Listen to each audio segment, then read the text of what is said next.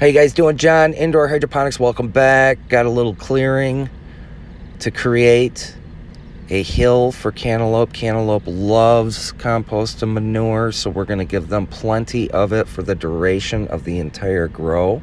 And we're going to grow these babies organically. We're going to start off with 40 pounds of mushroom compost, and we're going to top that with 40 pounds of the best composted cow manure you can find. And then we're going to top that off with 40 pounds of composted chicken manure. Lots and lots of nutrition in there. We're going to top that off with half a bag of Happy Frog potting soil for the peat and moisture retention. We're going to mix that up really, really well.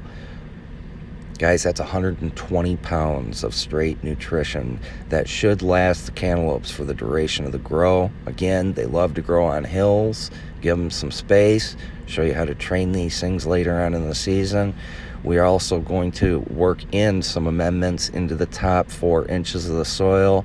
We've got 1 cup of azomite, 2 cups of worm castings, half a handful of bone meal. We're going to work that in, and then we're going to create a little volcanic effect by digging in a hole on the top of our brand new mound. And then we're going to work in a little bit more azomite, worm castings, and bone meal directly into the planting hole so that it gets in contact with those roots. I've got some transplants here. What am I going to do? I'm going to transplant approximately 5 vines. Give these things plenty of space. Get them good and planted in, and try your best to leave a little bit of a hole still for the water to collect. Now, most people would stop here, but that's a bad idea. Our next step is to add some grass clippings around that mound. Get at least 2 inches all the way around that. Thicker the better.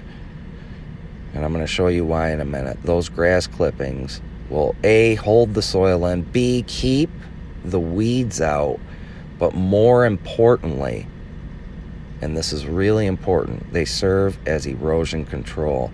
If you don't put that stuff on, all that compost and manures and things of that nature that you just mounded up, the second the water starts to hit it, it's going to displace and try to flatten out. You want to keep this hill as high as possible for them roots to grow down and throughout.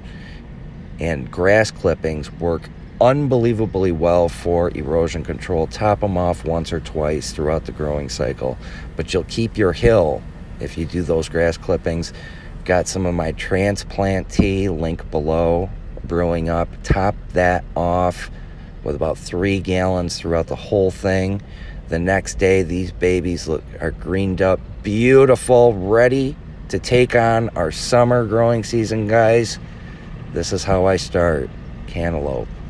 And this is a great way to hill them and keep those hills and provide plenty of nutrition for the duration of the grow. I hope you give it a try. As always, please like, subscribe, and comment, and grow some cantaloupe. Peace.